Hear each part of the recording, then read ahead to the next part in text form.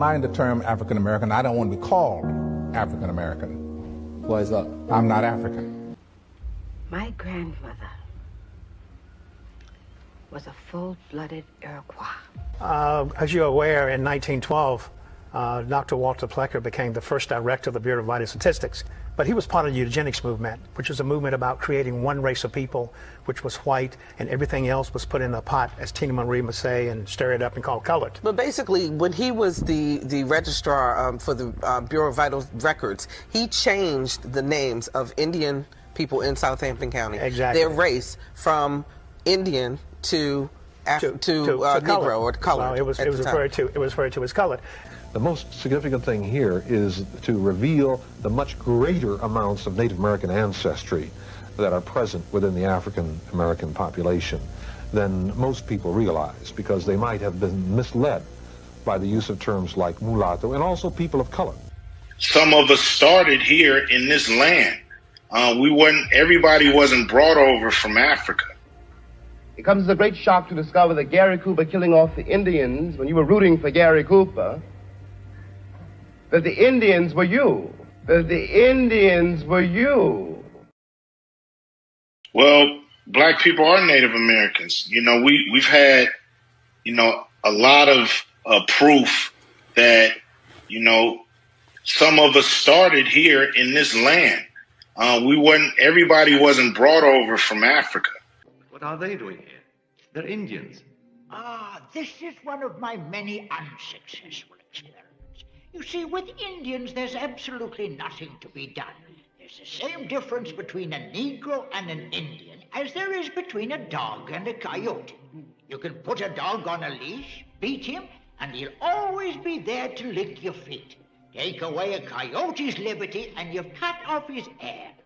An Indian will never be a slave. No one has ever been able to make them reproduce in captivity. They do not eat, they do not talk, they do not sleep, they do not make love.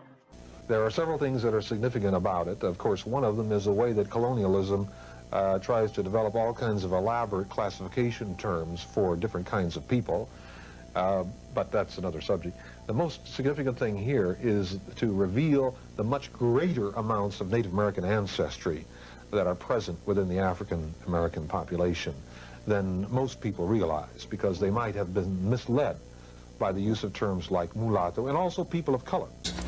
After the African, LeVar Burton, had been told that his name was to be Toby, and he refused it, and he was beaten to make him say his name was Toby. How was the dramatization? How much of that actually was recounted to you? I mean, was there a lot of interweaving?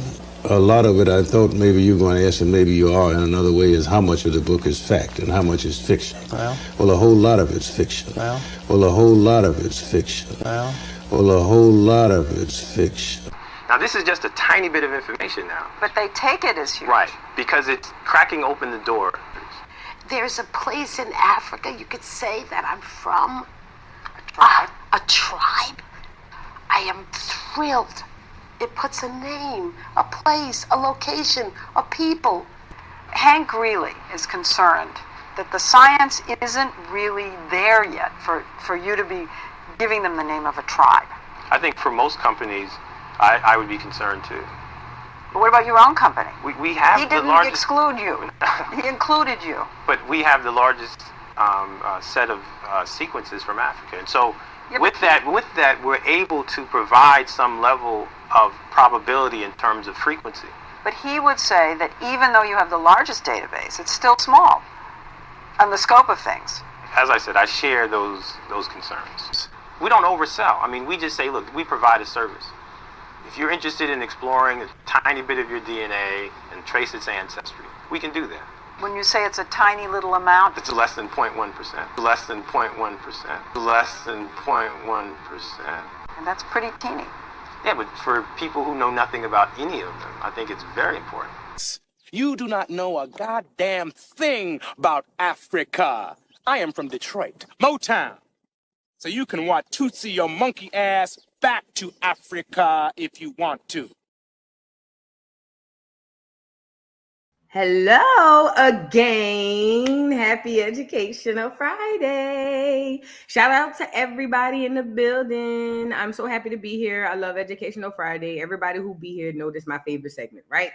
So shout out to y'all. And what this segment is about, if you haven't been here before, is we are here to unlearn the lies we were taught in history. We're going to relearn some truth, okay? That's what we're here to do. And typically what we do is go back in the past, and we'll like, even in far back in history, but sometimes what we'll do is go back in the past and we'll research stuff and realize, kind of like compare it to what we were taught, and then realize now with all this information out that this was wrong. And then we kind of just like, oh snap, we were lied to. That's what this whole Educational Friday is about.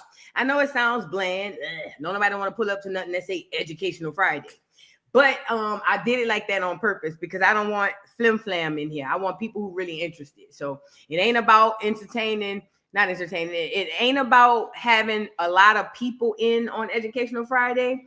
It's literally only about like-minded people who want to learn. So that's all. So this is why I enjoyed this segment more than anything. It's very intimate.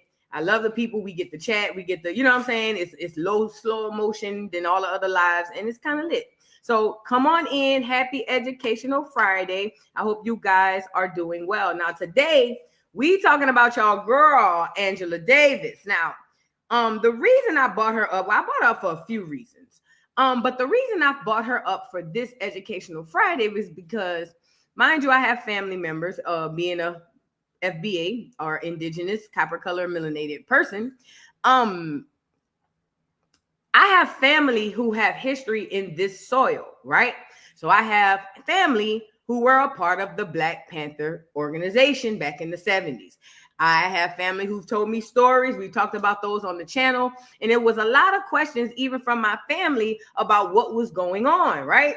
So I asked my aunt, because that's who I was talking to, and I was like, that Angela Davis, something about her really never sat right with me. You know what I'm saying? And she was just like, well, you know, a lot of stuff was happening in the party. You know what I'm saying? And there was a lot of things that was very questionable. A lot of lies were told. Basically what was happening is, it was like there were very few people at the top who knew what they really was there and all about. But everybody else were under the impression that they were really fighting for a cause. Like, for instance, what's the guy's name? Fred Hampton. Fred Hampton was one of those people who came up under that movement and really, really, really was fighting for a cause. Like, he believed it. He died for it. He literally gave his life for the mission. But you'll have people on the grassroots that'll do that. But what you got to be careful about, because this is how COINTELPRO was so successful. What y'all got to be careful about, and what we got to be careful about, is who are these people at the top? Are they just popping up out of nowhere? I heard a lot of stories about that. You know what I'm saying? These people just popping up out of nowhere, and then all of a sudden they your new activists. All of a sudden they your new this, and then nobody asks any questions. You just let these people just come out of the sky and say, "Oh yeah, I lived in this neighborhood." Don't nobody do no research. These people have always been questionable, and Angela Davis is one of those people. Now, legend has it that she was born in Alabama, but if anybody, born in Alabama in the year of 1944, that's rural nigger South. Do you hear me? Do you hear me? I don't know why I keep doing it. I just love what he said. But listen, that was literal nigger South. Most people in 1944, between 1944 and even to now, are the most countryest people you will ever run across. When I say that, I mean their accent, the way that they speak, the things that they say. They're not the most, and when I say this, it's not a dig because I'm from New Orleans, and we're not the most either, but they're not typically the most articulate, because us with Southern draws living in Southern cities, we don't have to be as articulate as, like, for instance, in my opinion, the most articulate Black people to me, and this is just to me, the most articulate Black people in America, that's inside of Black America, that I've met have been from California. They're the most thuggish but articulate people I've ever met. You know what I mean? It's just like they saying some harsh words, but they pronouncing all the letters.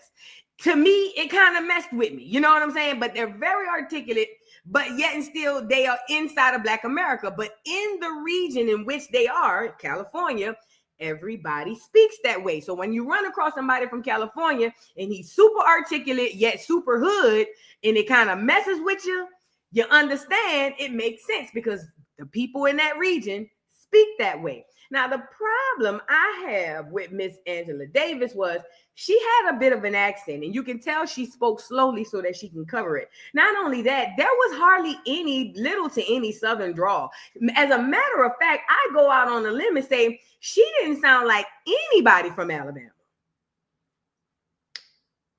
Not during the time. Hell, not even now. I'd even go out on a limb and say that her story could be questionable. And I question it. You know what I'm saying? I really do, because Angela Davis, like Stokely Carmichael, like all these people who were jumping up and popping up during this civil rights movement, nobody was pulling receipts. See, nowadays we want to know who you is, where your family come from, what part of the country you're from, who your people. Yeah, now we're asking. But remember, during this time, nobody asked. So a whole lot of stuff could have popped off, but nobody would have knew because everybody was hyper-focused off their emotion, but still hyper-focused off what they believed to be the right thing, which was fighting for civil rights for Black Americans. But like I was saying earlier, what the people at the grassroots area didn't know was they were being played. Okay. And I feel like Angela Davis is one of those people. And like I said, I question the accent. I question her parents.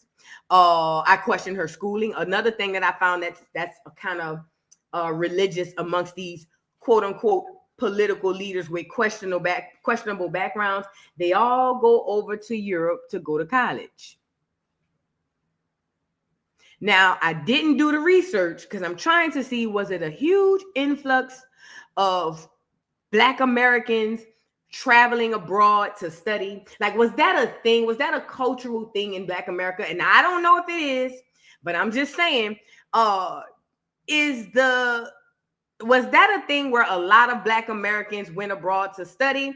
Or was it these certain leaders who just coincidentally have those things in common? I have to do the research on that. But that's a question for me. I told you got to question everything. But she went overseas to study. And then on top of that, we find that once she did her genealogy, we found that she descends from Europeans on the Mayflower. Like her grandfather, maybe 3-4 times removed, was a clear off the Mayflower. Now, on one side of her family, or at least on one section of her family, she had a Black grandfather who was a slave, allegedly, because remember, the world is a stage. But allegedly, she had a grandfather who was a slave, and this grandfather ended up suing his slave master. I don't know if he won. However, there's another grandfather who came from the Mayflower. Now, I've always questioned her more immediate genealogy. Like, she looks biracial. Her afro always looked a bit fake. You know what I'm saying? This is just me, conspiracy theories. But she looks a bit biracial. The accent, you know what I'm saying? Then the bush, the afro was just might be, might not. I don't know. You know what I'm saying? But it was just a lot of questionable things, even when you go to look up her history. You don't hardly get to know anything about her childhood other than she was born in Alabama. Then they jump, oh yeah, she went to school in high school.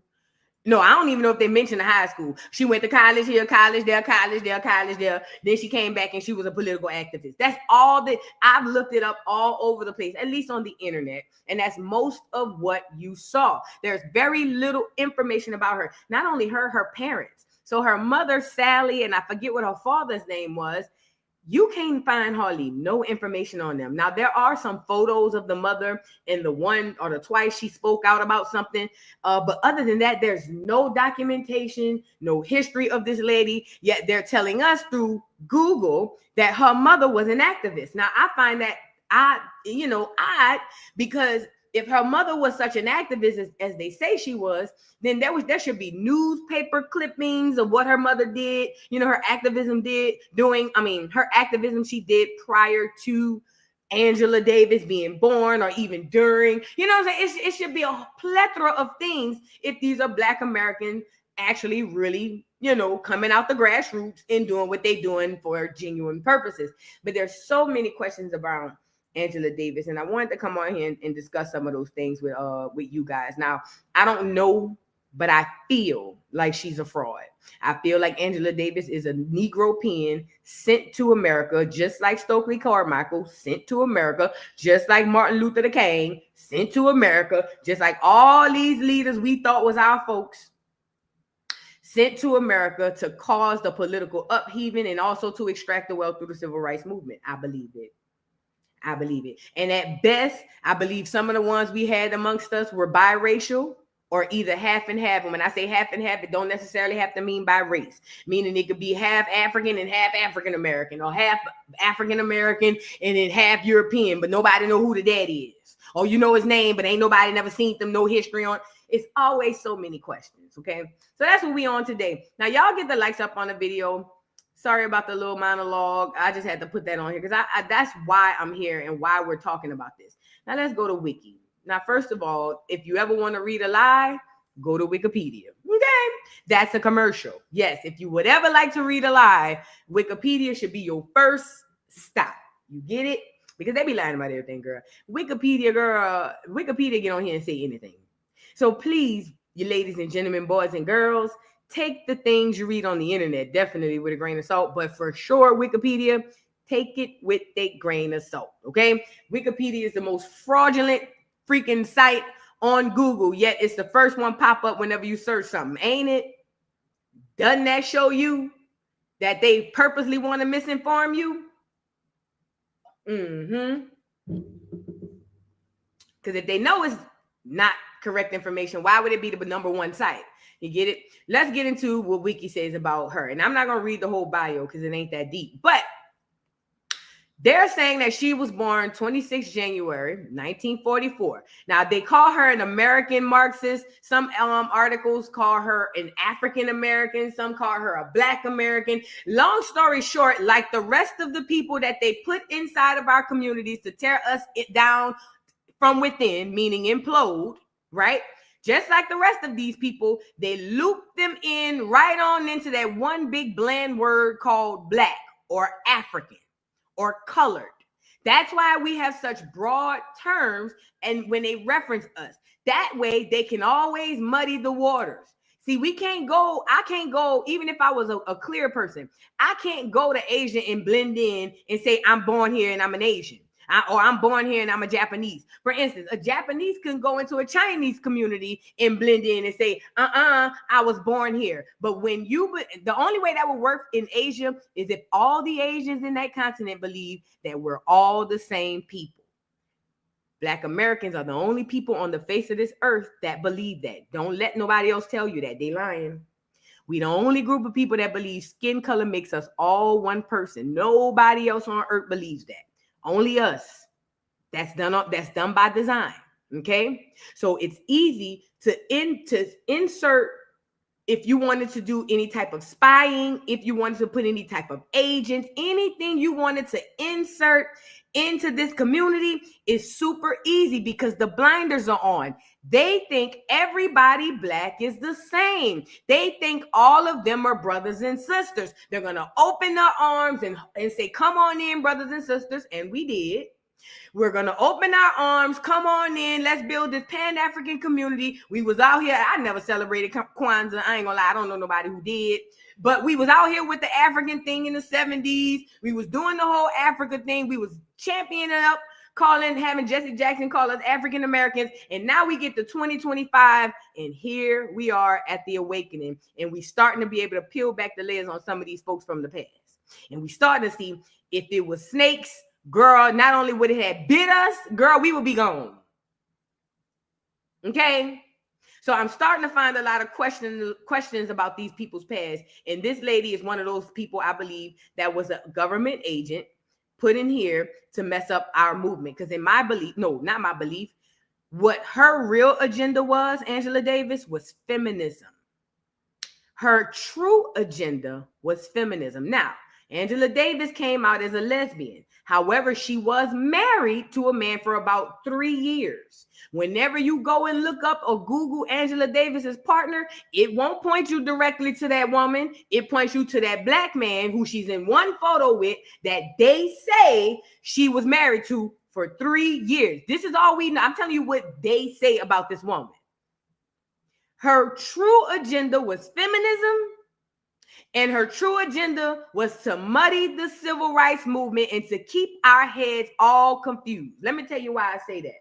She even headed a situation or a nonprofit or some sort of organization. She headed this organization where she was setting it up for black people in the South to go live with white people in the North, talking about that way they can bridge the gaps in cultural norms. And man, what type of experimentation stuff did this woman have our folks going up there doing? Mind you, we not as educated as these folks in the North or her. She got like 4-5 degrees. So she dealing with, for the most part, poor, uneducated black Americans. And they trusting this woman because they looking at her and they're seeing themselves. Oh my God, this lady is so strong. She's fighting for us. No, she was not. She was here to bring in the feminist movement and make it cool for black women to be on the feminism train. That's why I believe she was here. She did more harm to black America than good. I don't care what speech you heard her speak.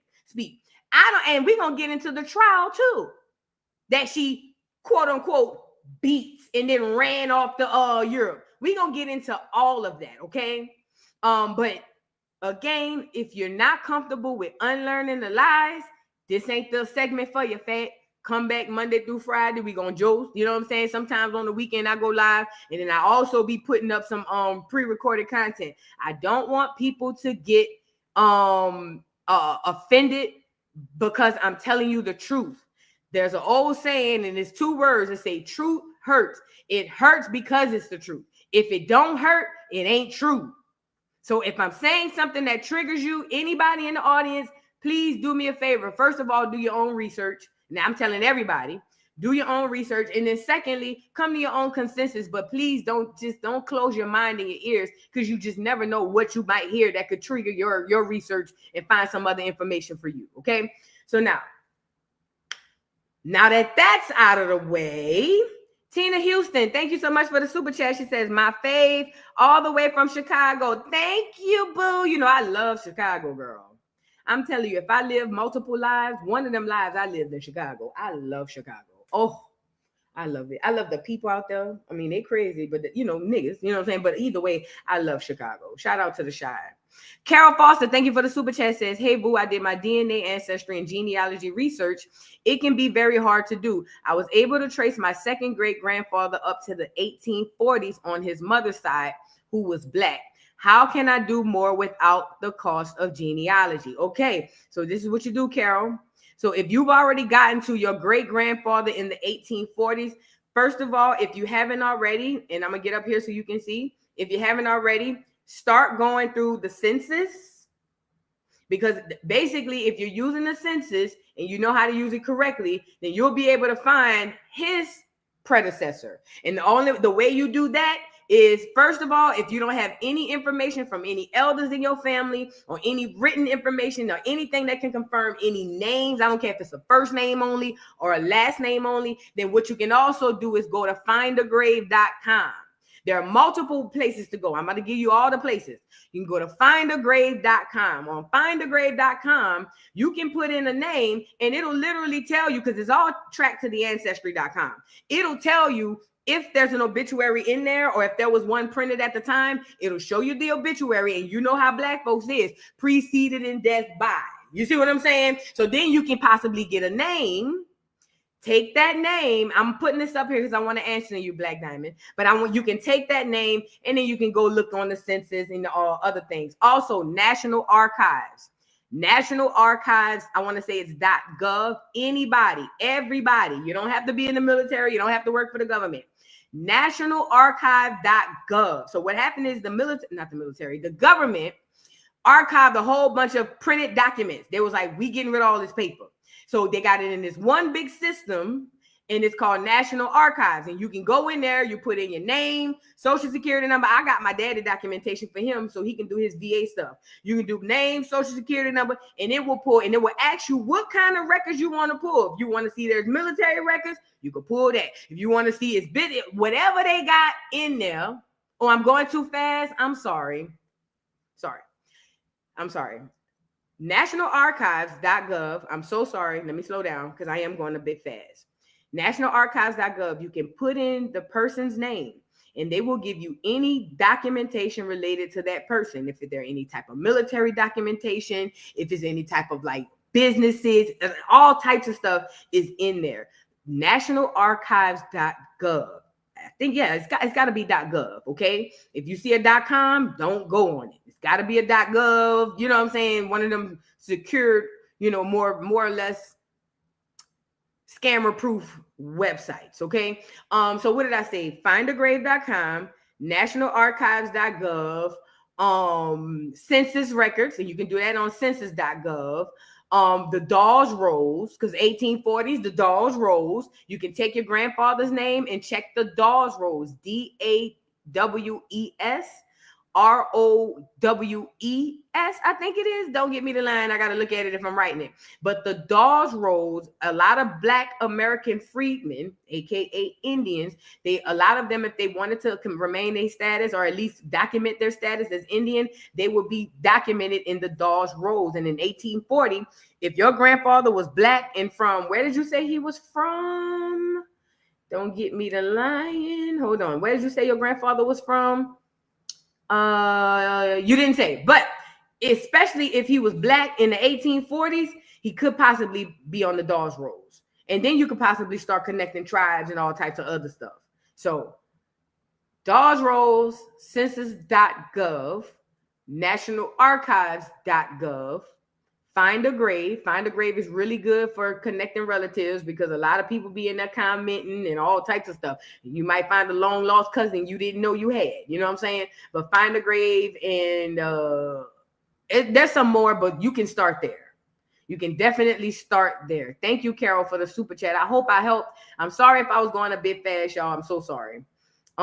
Just anticipate. Thank you for the super chat. Says, Vu, do you think James Baldwin was a plant? Honestly, I question everybody. I don't know who was who. It's like almost like if you walked into your house and saw one roach, you'll be upset and you kill it. But then if you walked around out your kitchen and see another roach, you'll be like, I know you lying. But then if you walk around and you see another roach, you'll be like, bitch, my house is infested with roaches. And you typically gonna want to just bomb the whole house. That's how my brain is processing this whole thing. I just want to bomb the whole house and say, I don't trust nobody. That's what I really want to say. But I know you can't do that. But before I do research or before I look into them, I typically go into it with the mindset that something could come back, that these people are not who I thought they were. Like, I'll say the one who hurt me personally the most, and I still haven't proved anything, but the one who got me scratching my head and questioning things, and I never thought they would the most as far as our past leaders, is what's her name? What's that lady name? Her face is right there. Down in Mississippi, big Black lady who went down to the chairman of the board and was telling them that they had them on the cotton fields, paying them little to no money. What's that Black lady? Girl, y'all know who I'm talking about. Fannie Lou Hamer. Fannie Lou Hamer disappointed me really much. And again, I haven't proved nothing on Fannie, but something about Fannie don't sit right with me. But that disappointed me because of how much I identify with Fannie, because that's so my personality. Like, I'm the kid in the house that don't mind getting whooped, but at least I said it. Like, I gotta say it. I know if I say it, I'm probably gonna get whooped. I'm the kid. All the other kids, they not gonna say it. Me, if it start to get on my spirit enough, and I feel like, girl, if you gonna say it, your mama gonna bat you, I don't care. I'm gonna say it. And then I'm gonna just get back. You know what I'm saying? I'm already expecting the bat. It is what it is. So that's more my personality, and I align more with her. And again, I'm not saying she's a bad person. I haven't done anything to prove anything, but something about her scratches my head. But anyways, that whole voting movement in Mississippi is very, very, very questionable. That entire voters' right movement in Mississippi, extremely questionable, if you know what I mean. And you know what's crazy? Somebody say they're holding on to Malcolm, even though his mama was biracial. That's the only tea we done got out of Malcolm. I heard somebody tried to put out a rumor that the man was gay. That was so unfounded. I think that was the only other like gossip that I heard. And it wasn't even a rumor that was out enough for people to even repeat it. Like, other than that, I have not heard as far as intent to the community, as far as what he wanted for us. I have not researched and seen nothing bad. And especially for the powers that be to have control of just being able to release some stuff like they just did Mike. I don't see why they wouldn't release his tea. You know what I mean? I think they would have released his tea, because most black people didn't believe that. Listen, Malcolm X was the outlier voice. Most black people in America were hypnotized by the propaganda of the civil rights movement. Martin Luther King was the celebrity. I don't think y'all understand that. Martin Luther King was the celebrity. I get it. Y'all look at him as a civil rights leader. He was a celebrity. He had reach. He had clout. Like, he had the you know what I mean? Malcolm, although people knew about him, he didn't have the reach. He didn't have the clout. Then he was beefing with the nation. So most people, especially younger people, gravitated toward Malcolm. They was force feeding him down your throat. That's all you knew. You know? And I'm pretty positive if they had some tea on Malcolm the way they hated him, I'm pretty positive we would have saw it by now. I'm pretty positive we would have saw it by now. Let's move on. So let's get into Angela Davis really quickly. So Angela Davis from Wiki, let's get into Wiki. Angela Davis, according to Wiki, was born in Alabama. Do they even say what part of Alabama? We'll get to it. No, Birmingham. Okay. Born 26 January 1944. She's an American Marxist. Wait, somebody asked me a question and I put it up here to answer.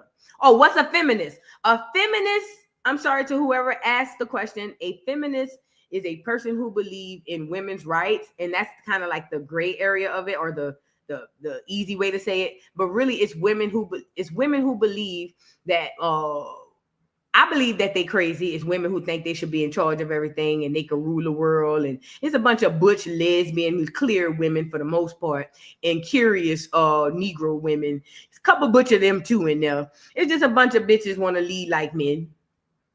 I will never, never. A bunch of, and mind you, this movement is started by the clear women. This ain't our movement. They done got us on here messing with people like Angela Davis, okay?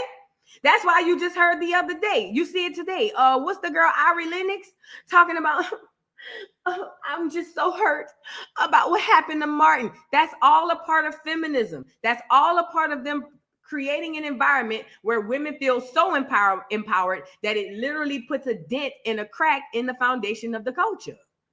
You can't have a woman can't be too strong. It don't work out for the woman or the people around her. A man can't be too soft. It don't work out for the man nor the people around him. You know what I mean? So, but I don't know why we adopted that identity. We never had it. But again, propaganda. Let's get to Ange.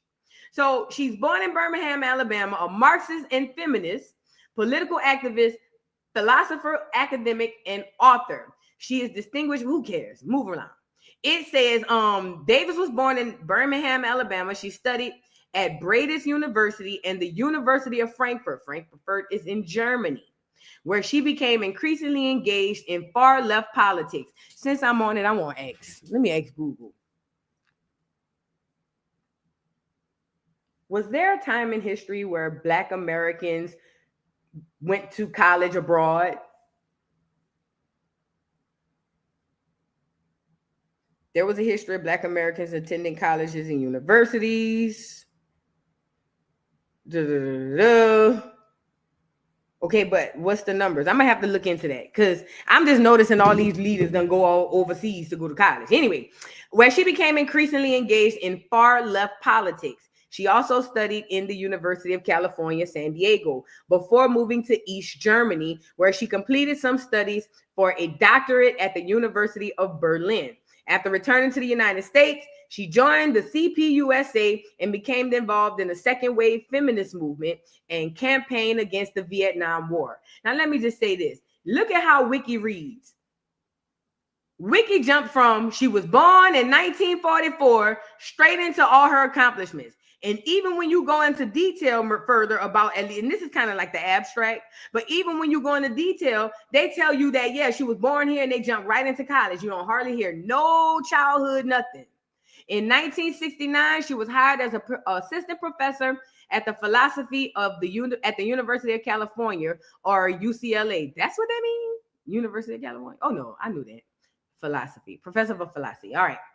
UCLA's governing board and regents soon fired her due to her membership in the CPUSA. After a court ruled that firing illegal, the university fired her for use of inflammatory language. In 1970, guns belonging to Davis were used in an armed takeover in a courtroom in Marin County, California. Now they talking about the Soledad brothers. We talked about those guys. Are y'all familiar with the Soledad brothers? That's a group of well, really it's a guy who went to jail in California unjustly.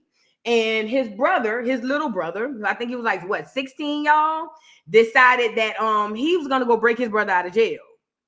I should still have them photos. And so they ended up breaking his brother out. He ended up going down to the jailhouse. Let me tell you how gangster we was, in case y'all don't remember the Soledad brothers. They ended up breaking, not breaking him out, but they ended up going down to the jailhouse. Is that how you spell it? They ended up going down to the jailhouse.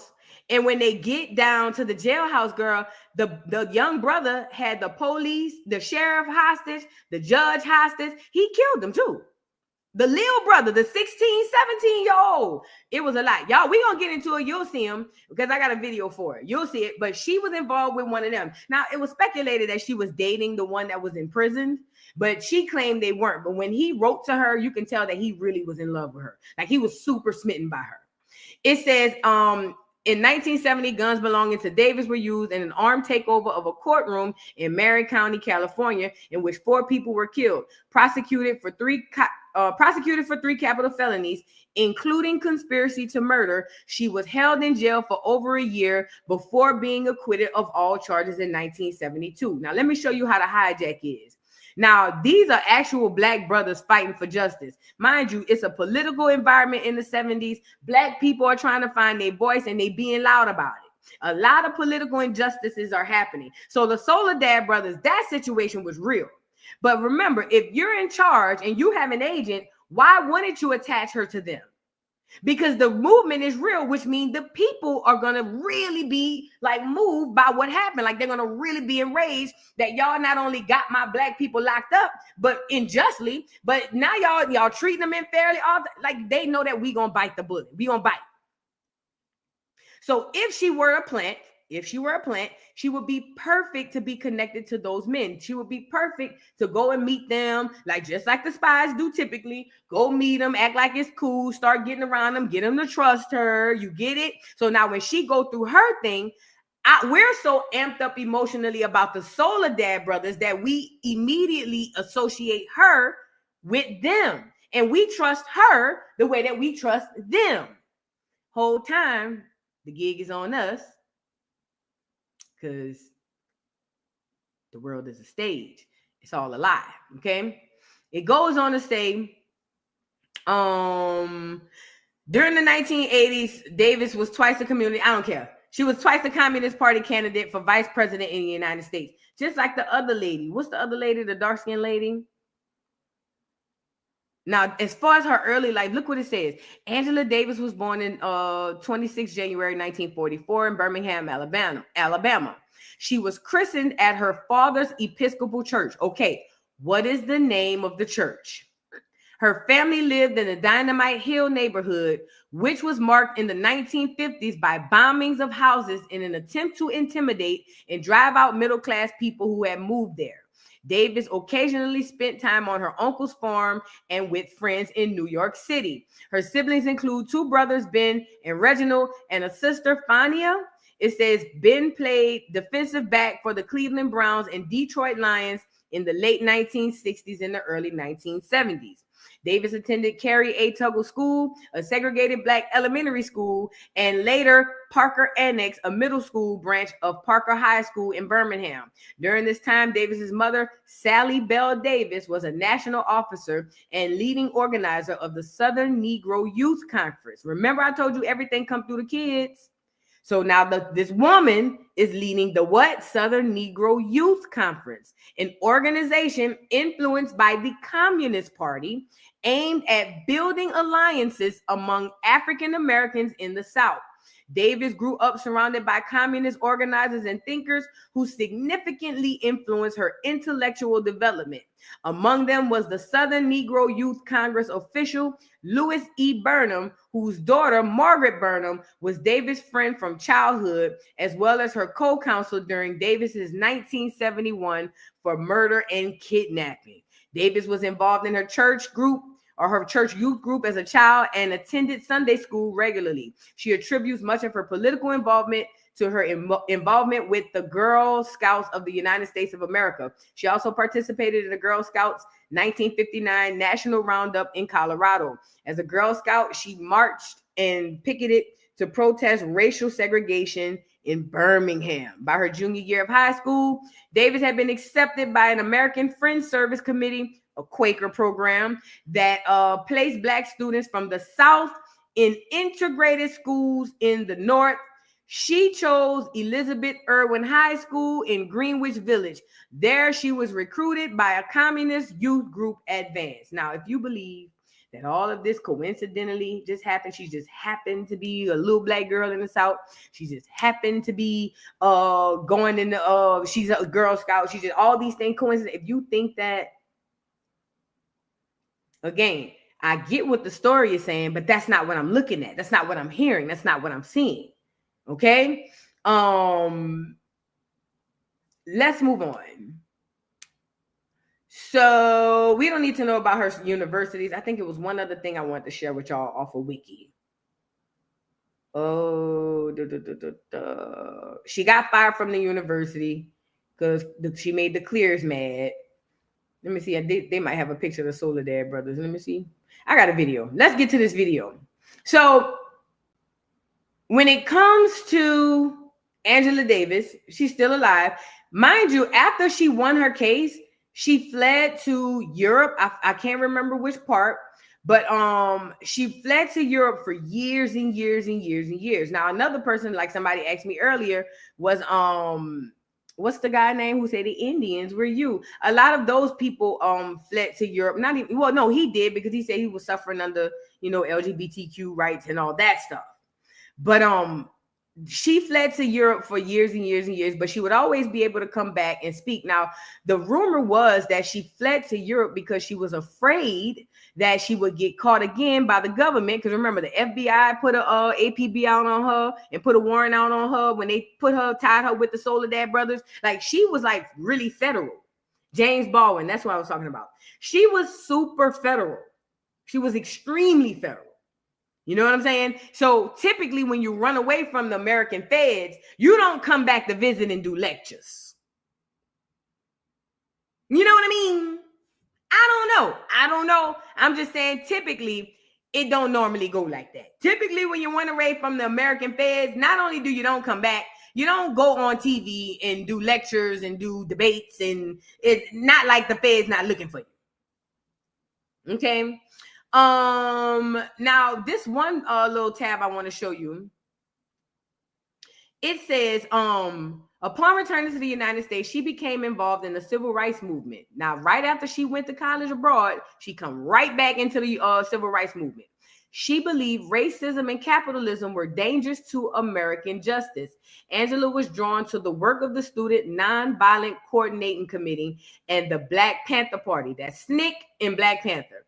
While Angela was interested in their commitment to civil rights and Black power, she did not fully agree with their policies. She was concerned about the divisions between male and female members. She felt that the male leaders expected women to stay in the background and not lead. Now, I would have thought, because I heard rumors, I don't know it to be a fact, I would have to ask my family, but I heard rumors that there were issues in the Black Panther Party between the men and women, that basically a lot of women were being sexually assaulted, raped, all types of stuff. Allegedly, I don't know it to be true. I just heard that rumor. I would think that that would be a reason why she would say, you know what, I like them, but I can't really align with the fact that there are women in there being abused. She in there talking about where they don't want to let women lead. This is a feminism mindset. It's all about putting the woman before the man when we really should be standing side by side. But when your agenda is to throw things off of its natural order and put somebody that in a place that they shouldn't be, like the woman before the man or the man before the woman, however y'all want to say it, when you mess with the natural order of things, it throws nature's balance off. That's why we all kooky and freaked out now. Okay, that's why we think women empowerment is being naked. That's why we believe that women's rights is having abortions. Do you see the logic in that? Like, again, I don't want to beat a dead horse. Okay. But listen, it says, Angela appreciated the Communist Party was more welcoming to women and focused on ending capitalism. Although she was willingly collaborated with the Black Panther members, she took on a leadership role within a local chapter of the Communist Party. So everything was about women, women, women, not Black. Now, remember, we are taught that Angela's whole purpose is the Black people. She was a Black freedom fighter, black. Yeah, she hung with them niggas, but it sounds to me like she was more interested in what she can do for women. And we all know, especially in that time, and you'll see a video I have, especially in that time, the feminist party was predominantly white. Because Black American women, we didn't align our ideals with that. Because, see, we understood during that time a lot of things. Yeah, we want to have our rights too, but y'all got more bad on y'all than good. So for the most part, Black American women kind of stayed away through celebrities. You get it? The sheep herders, through celebrities and propaganda. Now we have more feminine ideals. Like, we got women saying, I want to go fight in the war. Have you lost your rabbit ass mind? Bitch, don't put me on nobody front line. Have you lost your mind? No, I don't want to be a single mother. I don't want to pay all these bills. It's not fun. Actually, it hurts every first when I got to pay all these bills and all this money coming out my account. No, I want to help me. And everybody don't think like that. But what I'm saying is those ideals and the way that we think come through propaganda and celebrities, okay?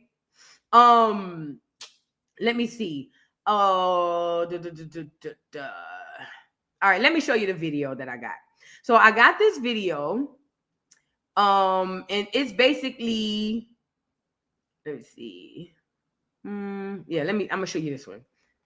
Let me go to, so you guys can see this. And it's a little bit of background on Angela Davis, and we all know what we know, but they're gonna mention a few things in here that we're gonna further discuss. Y'all get the likes up on the video. Check this out.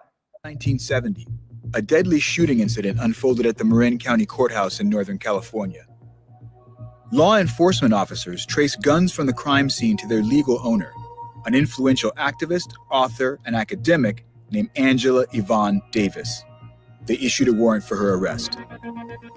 Suspecting the authorities would not treat her fairly, she fled. So the FBI put her on their most wanted list and circulated this poster. But the Bureau's attempt to use these photographs to turn her into a public enemy backfired.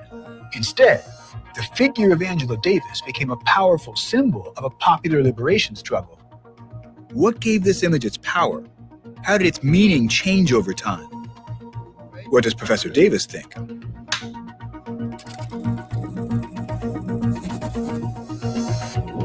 Now, really quickly, because I got to pause for context anyway. So, before we get to that, I want to show you the video I have another one. Hold on. Before I get to that one, I don't want to do it out of turn. I thought I had another video. Hold on, girl. Not the prison interviews. Yeah, let's just roll it out. Let's just roll it. Sorry, y'all. Get the lights up.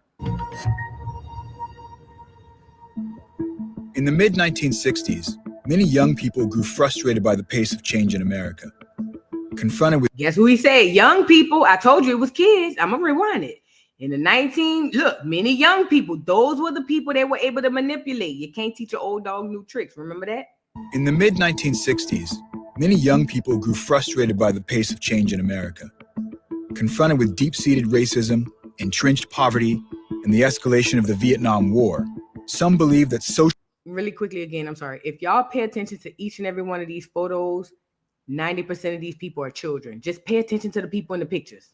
In the mid-1960s, many young people grew frustrated by the pace of change in America. Confronted with deep-seated racism, entrenched poverty, and the escalation of the Vietnam War, some believe that socialist revolution and Black power offered the best hope for progress. This development alarmed the director of the FBI, J. Edgar Hoover, who pursued an aggressive campaign against groups he regarded as threats to national security. By the end of the 1960s, many Black activists had been imprisoned or killed. This was the turbulent time when Angela Davis came to public attention as a close associate of the revolutionary Black Panther Party for Self-Defense. In 1969, the University of California Board of Regents fired her from her post teaching philosophy at UCLA, denouncing her for inflammatory rhetoric and association with communism. The next year, the FBI pursued Davis in connection to the Marin County courthouse shooting and circulated her photographs across the country. There's a long history of using photography to make Black people look like villains. So do you know how they made you look like a criminal in those photos? It's clear that they were cropped in such a way as to resemble mugshots. But who in Alabama in 1944 sound like that?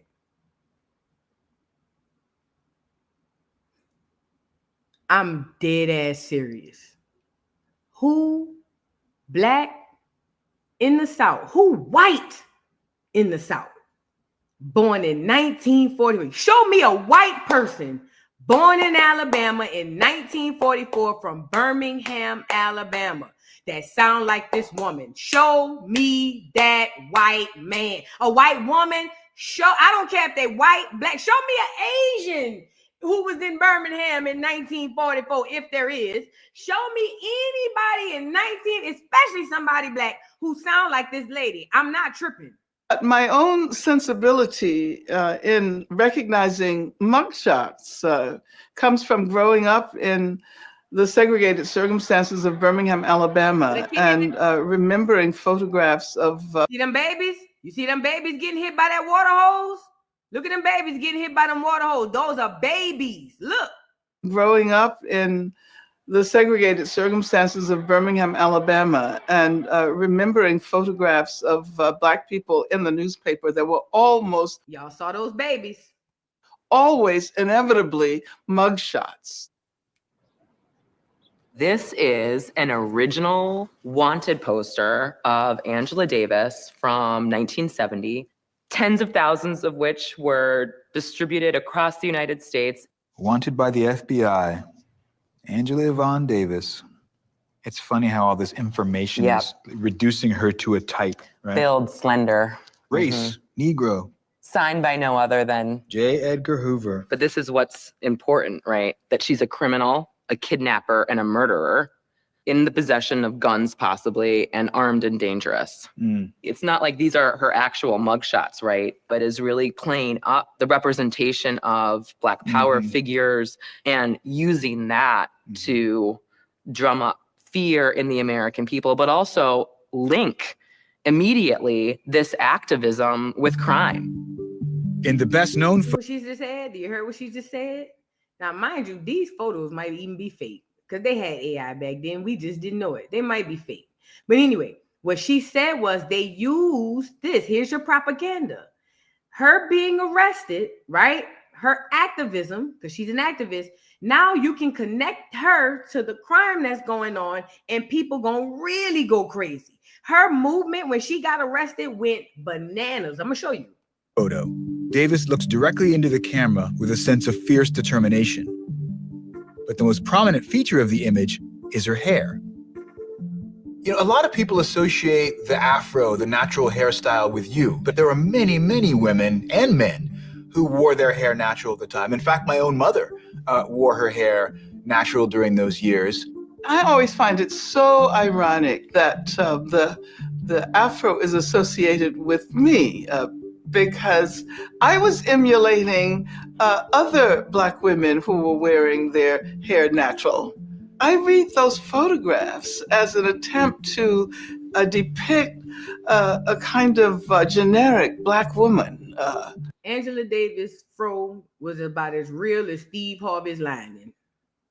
And then it serves the purpose of literally terrorizing hundreds and hundreds of young Black women because the police associated the afro, the natural, with radical politics. I know that enormous numbers of Black women were actually stopped by the police during the period during which they were looking for me. The afro was a radical idea even in revolutionary Cuba, where Davis visited several times. Cuba, que linda es Cuba! There were young people who were asking us why were we wearing our hair natural, and we pointed out that it was a political statement. And one of the people said, "Oh, so it's like the beards that the guerrillas wore during the Cuban Revolution." And we said, yeah, perhaps. And then they said, so when the revolution comes, you'll straighten your hair. So that's not what I was expecting. Yes, exactly. In the US, the prominence of Angela Davis's hair on the FBI poster was crucial to the process of criminalizing her and anyone who resembled her. The message spread widely as the poster appeared in newspapers, at government offices, and even on the Sunday night TV series, The FBI. And look, think about all the elements they got now. With Angela Davis, they got the activism piece, so that's politics. Then they got the crime piece, so now you got the hood. And now she adding fashion into it because they linked her to the fro, to the fake fro, allegedly. But it was a popular publication that confirmed Davis as a menace to society. This Life magazine cover really made the case, kind of the national case, and in many ways turned Angela Davis into public enemy number one. This is now bringing this fugitive into the homes and stores of the American people. See the commercial? Davis received hate mail, in at least one instance, from a group of 6th grade children encouraged to write by a teacher. January 7th, 1971. Miss Angela, why are you turning against the USA? How can you even consider it? You're treated correctly, like anyone else in this country. I'm white, so I know what you are thinking.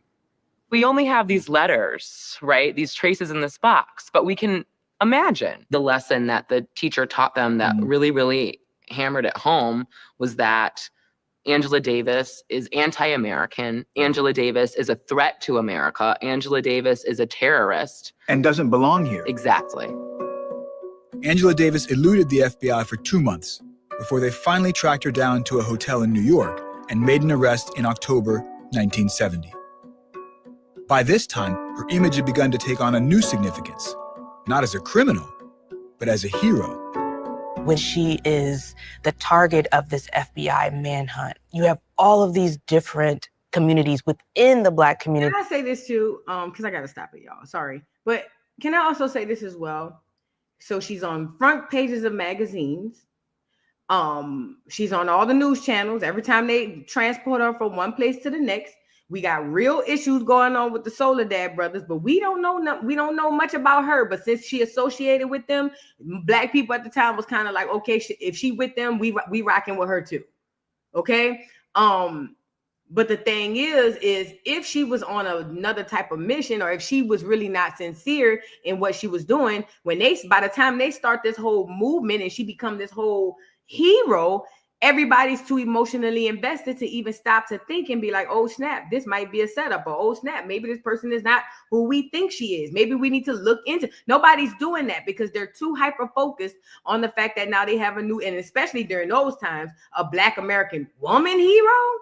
That was big. Who then stand up to rally for her. And so her image is everywhere because she doesn't fit neatly into any one box, but simultaneously she represents everything that Black people are fighting for in that moment. What does the natural mean to the Black community at this time? In the late 1960s, the Black is Beautiful movement is thriving, especially in a place like California. And Angela Davis is in line with a lot of these trends. That afro, that large, looming afro becomes a symbol of freedom, of what's possible, right? It's the Black imagination really made possible on the heads of African Americans. That freedom fro was a marker of pride in ways that it just hadn't been among the masses of Black people in that time period. While Davis was in jail, awaiting trial on capital charges of kidnapping and murder, her supporters saw her as a political prisoner. They shared her image on posters, pamphlets, and buttons. It circulated like a meme, helping spark an unprecedented international campaign to demand her freedom. You see how they go? It was like the internet back then. It was like she went viral in the 70s. They literally made her go viral in the 70s. Isn't that crazy? Do you see how powerful propaganda is? I told y'all when we got the internet, they just took the power off the television and put it on your phone. She, okay? Okay? Like she was pushed in the algorithm of life. Life had an algorithm in the 70s. We just didn't know it. They literally made her go viral. That's literally all they did. And once you go viral, y'all already know everybody on the train. This is a really clever campaigning poster from the London Angela Davis Defense Committee. And they simply take that wanted poster, they put it within another poster. And rather than being something that's tracking her down and hunting her and positioning her as a dangerous person, it's the Defense Committee. It's raising awareness of her situation. And this is her situation. She's a victim rather than a perpetrator. The point is, her supporters were making her visible so that she couldn't become invisible through incarceration. At this point, she was in prison. And the intent is to do what happened to many other Black radicals, that she would just disappear. So think about the state of Black women. For the first time, we got a voice. You feel what I'm saying? Like, we outside Black women. Like, we breaking chains from these men. Not all, but a lot of us breaking the chains from these men. It's the 70s. We lit, but we under a lot of stress. Black women got so much stuff going on. To have a hero on a wanted poster and it's a Black woman, and you perceive her as intelligent and as a freedom fighter for you. Man, do you know how that made those Black women feel? That's why everybody and their mama had the posters. If you didn't have the poster in your house, you done seen that poster, that wanted poster with Angela Davis on there. It became a staple because during that time, Black women were already being attacked and had all types of stuff going on. Okay? So this woman showing up as a hero during those times were perfect. More way to go viral, more way to gain more fans, more followers. these images made her visible. Davis was released on bail in February 1972. When her trial began, just days later, it drew worldwide attention. In court, Davis admitted to owning the guns used in the shooting, but argued that she had bought them for self-defense and they'd been taken without her knowledge. The jury agreed. That June, they acquitted her of all charges. The image that was intended to make her appear as a criminal had also helped to set her free. In her own words, she had been freed by the people. After her acquittal, imagine if you're the one in charge pulling the strings. We're going to make her look like she's oppressed. Then we're going to arrest her and make her look like a black female hero. Then we're going to let her go and make the people believe they did it. I'm just saying, if I was them, I would do that. the image of Angela Davis receded from public view until the 1980s and 90s, when America saw a revival of Black Power iconography, led by hip-hop groups like Public Enemy, with their call to fight the power. So what did Angela Davis mean to you personally?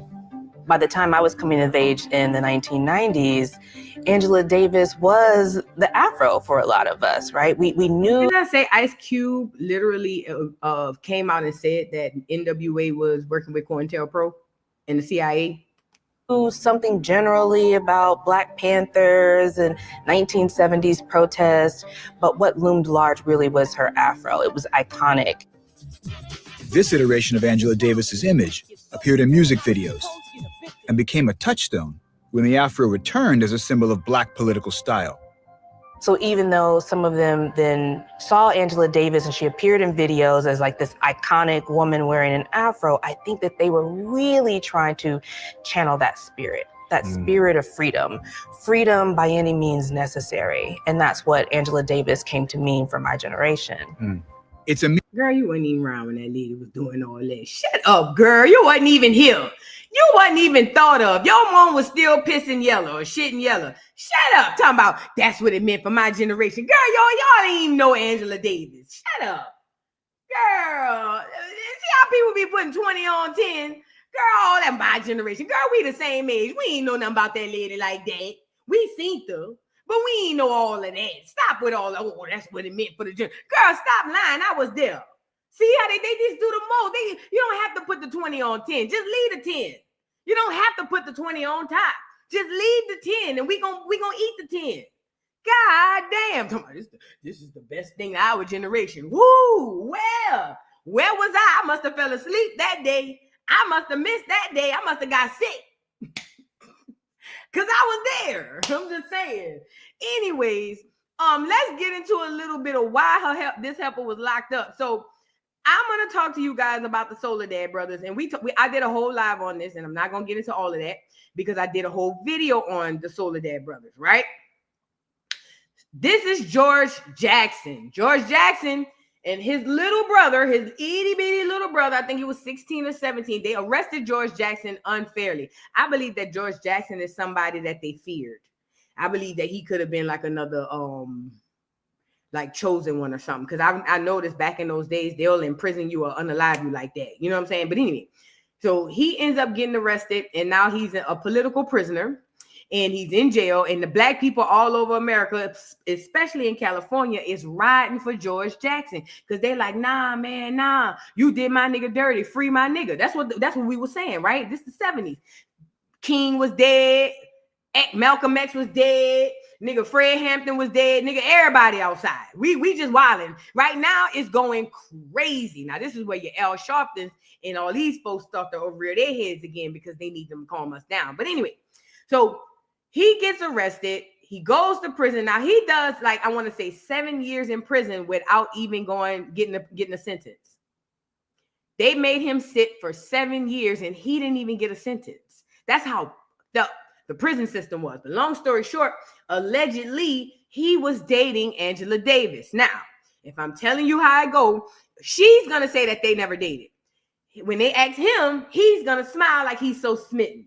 But then when they read a letter, which I'm not going to get into today because I have a whole video on it, when they get into the letter, you'll see that he was literally pouring out his heart to Angela Davis. He was in love with this woman. He would write this lady letters that even made me feel like he loved me, but it wasn't even talking to me, okay?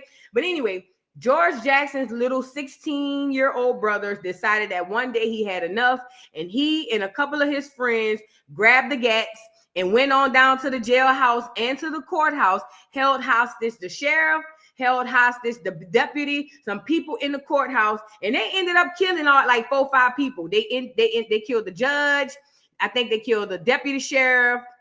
And I think they killed. Either way, the little brother got killed too, because you know they weren't gonna let that nigga live. You know what I'm saying? But this is a 16-year-old black kid who said, you know what?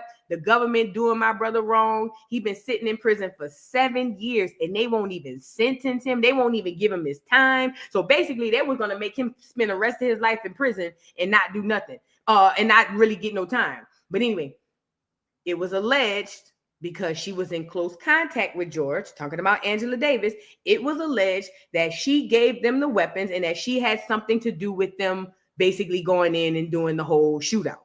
So that's how she get involved, right? So that's her portion of the situation. That's why she went to trial, because they felt like that was your nigga. Bitch, I know you knew what they was about to do. And at very best, you definitely gave them the blickies. Now, bitch, you going to jail. That's what the feds were saying. And that's the trial she fought. Okay. Now let's get into a little bit of George Jackson. Like I said, I have a whole video on him on the Educational Friday. Y'all check it out. It's super, super dope. They were intended to familiarize them with the situation I was faced with.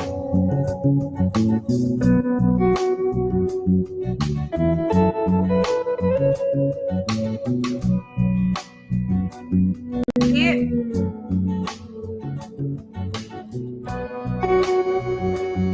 Now, this is George's baby brother right here. 16 years old, running the courthouse, 2 baby legs in the hand, ready to die about his brother. You get it? That's the little brother right there.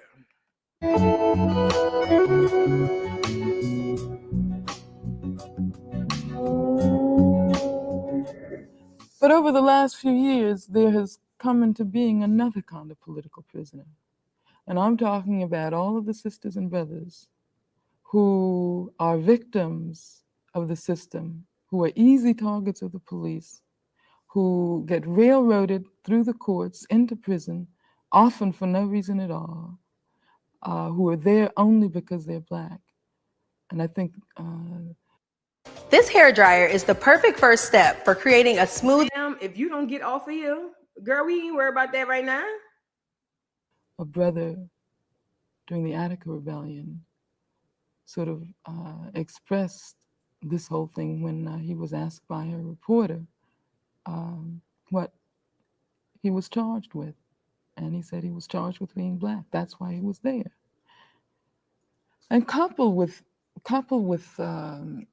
the oppression that leads Black people and brown people, people of color, into the jails and prisons of this country.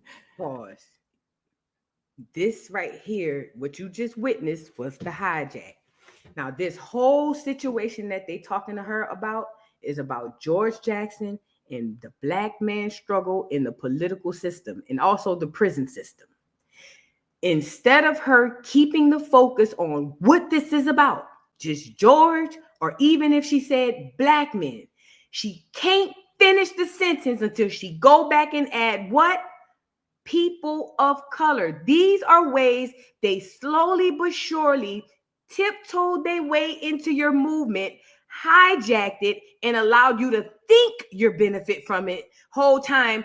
They're the ones doing it. Because see, if you subtly keep saying it over and over and over, people will start to subconsciously accept the fact that we are all the same. And you don't mind sharing, but you think you're sharing, but the whole time you're giving away everything to them. So I'm going to let her say it one more time. She can't even answer the question. They didn't ask her about the brown community. They didn't ask her about the Mexicans. They didn't ask her about what was going on and none of that. They asked her about George Jackson, the Soledad brothers, and Black people in this political environment. Watch how she add people of color on there. The oppression that leads Black people and brown people, people of color, into the jails and prisons of this country has been a new. And we all know, quote unquote, brown people, quote unquote, people of color are not disproportionately locked up. There's only one group of people who are disproportionately in prison, and that's Black Americans, because the design was meant for them. With her adding them is for why. They are not disproportionately getting locked, not at the rate Black American men have, especially in the 70s. but not at the rate Black American men had and have during the time. It's a hijack. These are all these people we allow, and we praise these people, thinking these people had our back. The whole time it was a setup. If it was a snake, it would have bit you. Kind of political awareness that is spread all over the jails and prisons throughout the country.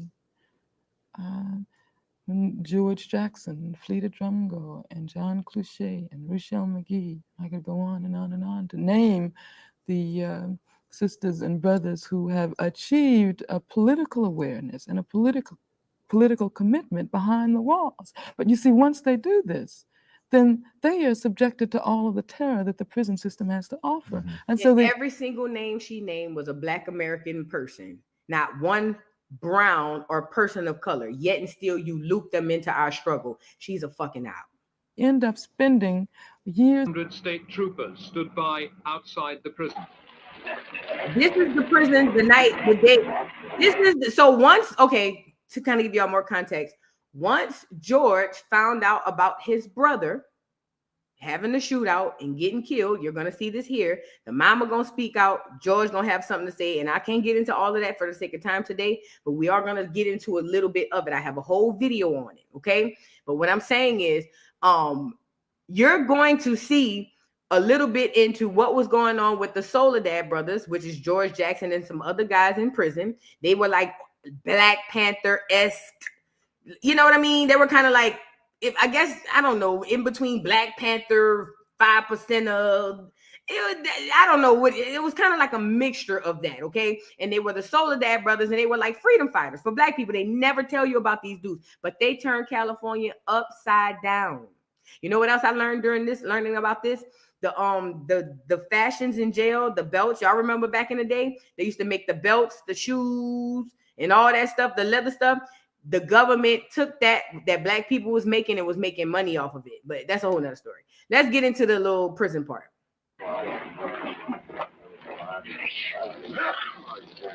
Oh, sorry. And once George Jackson heard about his brother getting killed, he kind of chilled out for a minute, but then later he ended up allegedly, according to rumors, they said that he tried to escape and they shot him. But then they also said that he tried to get out into a shootout with the cops, but I don't believe it. You got to go see the video.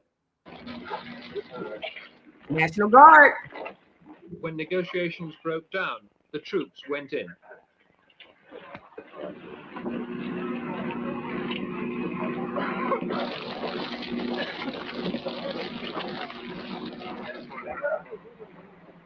All the white folk. Overwhelmed by tear gas, helicopters, and bullets, the rebels surrendered. 39 people died in the battle, 9 of them hostages killed in the crossfire. Governor Rockefeller claimed that the whole incident was the work of professional revolutionaries. In the most dramatic possible way, Attica alerted the American public to the conditions that existed inside many of its prisons. Oh yeah, and George Jackson's death caused a prison riot. So that's what you're saying. You might be able to say life is the living dead. Because looking at the faces around here and look at the men that have been here for a period of time, you can just about imagine what they went through. I mean, just look around, you can see all the life has been to life, a sentence in which the inmate normally does a couple of years and then is paroled if he behaves. Jackson was never paroled. He spent 10 years inside, mostly at San Quentin, mostly in solitary confinement cells like this. Every time I hit a bottleneck, I build a new AI employee to crush it. I used to say that I had one. Sorry, y'all. AI want us to use it. We look forward to going, but I hate to leave. This is his mother. That's the bad part of going to see him. You have to leave him there. And I can't make you understand because you've never experienced it.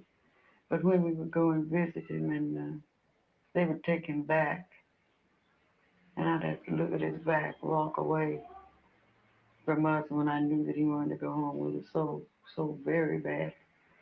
That's the part that hurt.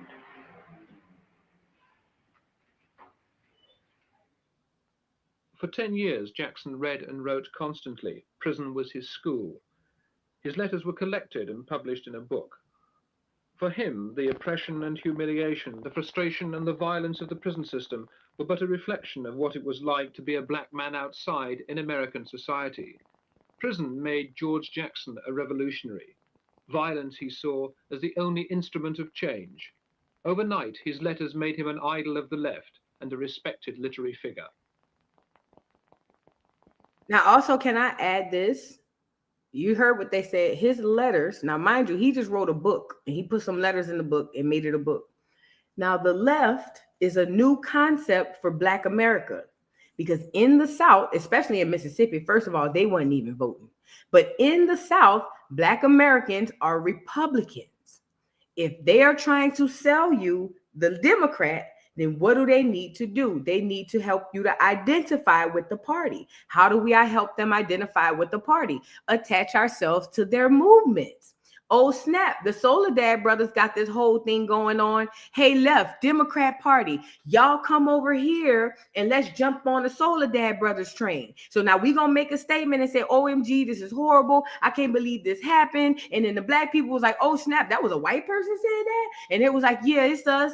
That's horrible that happened to y'all. And we're so sorry. And we're empathizing with you. And we want you to know we praying for you. And Black folks been lost on slavery stupid ever since when it comes to this politics stuff. And I don't care if you going left or right.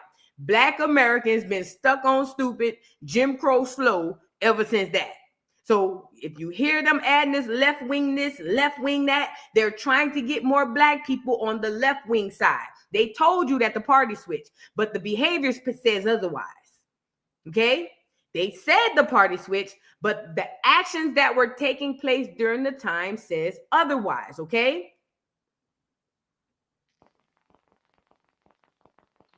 The letters to my family, my mother, my father, sisters, my brother, John, they were intended to familiarize them with the situation I was faced with here.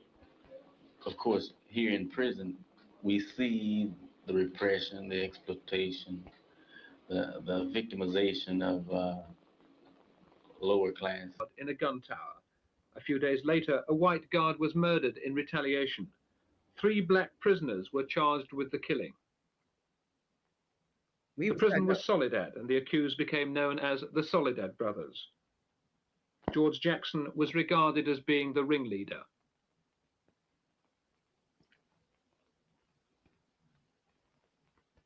Was the incident for which you're charged now, was it a revolutionary act on your part? You're asking me to confess to something? As an Unless you are. Did you kill her? Look,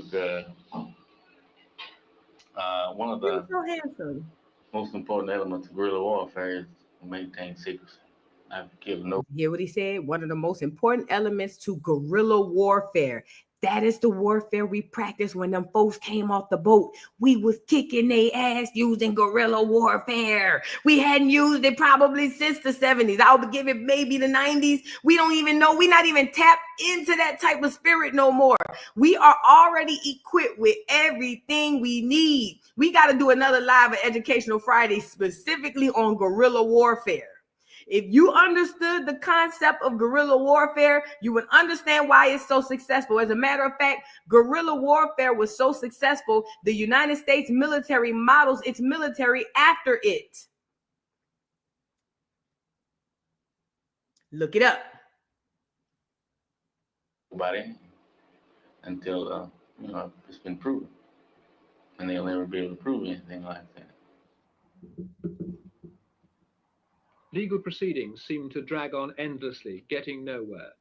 In anger and frustration, George Jackson's 17-year-old brother Jonathan walked into the Marin County Courthouse where 3 Black prisoners from San Quentin were on trial.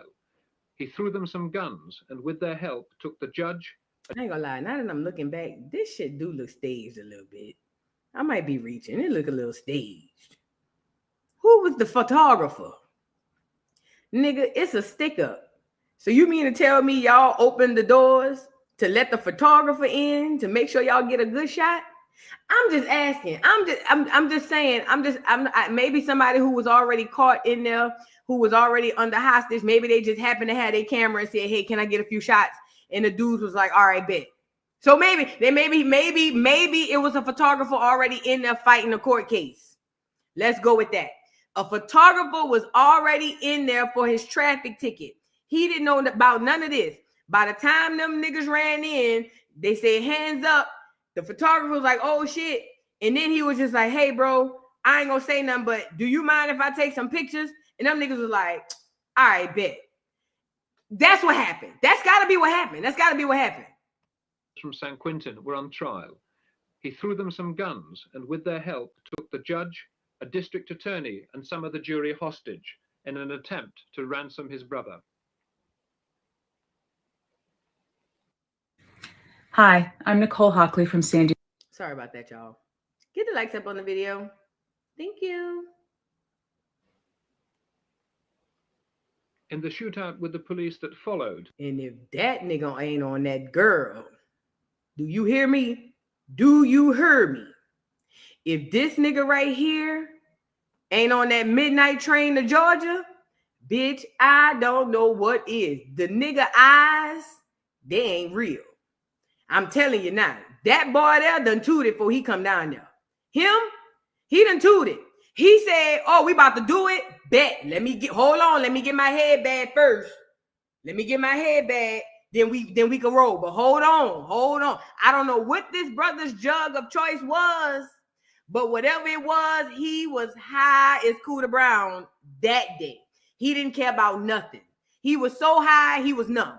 I'm pretty positive that nigga there, whatever he tooted before he got up out of there, he didn't feel nothing. He was straight. He didn't feel shit. In the shootout with the police that followed, the judge, 2 black prisoners, and Jonathan Jackson were killed. Fake, y'all. Why did Jonathan do what he did? I think he did it for love. The love of his brother and also love of his country. I think he probably, I try not to analyze him because there's nobody knows what he was thinking except Jonathan. But I think he did it for love of his brother and his country. He was trying to wake the people in this country up. That girl said, not Kodak, brother. That nigga did look like Yak. Say, bro, it was the 70s. That could be somebody kin of Yak. Yeah. Them Haitians was out there. Yeah, them Haitians was in Florida. It could have been Yak brother because the Haitians was in Florida in the 70s. I think so, at least. Somebody tap in. Was they out there? Child. His brother and his country. He was trying to wake the people in this country up to the fact that black people had nothing. You have nothing in this country. And he was trying to illustrate this to the people. That's what I think. Did Jonathan know that he would probably be killed in the attempt? I think he probably knew it. I'm pretty sure that he's intelligent, and I think that I would know that I would be killed if I tried something like that. The guns that Jonathan Jackson used were shown to belong to Angela Davis, a black Marxist university professor whose political views had already involved her in clashes with the California establishment. She'd become a leading figure in the campaign to free George Jackson, and it was said George's brother Jonathan had become her bodyguard. A nationwide manhunt followed, and Angela Davis was put on the FBI's 10 most wanted list. Several months later, with hair cut off and glasses changed, she was arrested in New York and sent back to California to stand trial. Now, wait a minute. Or maybe she got rid of the fro because she was on the run. That'll work. But goddamn, she looked whiter than she looked white as hell. To stand trial.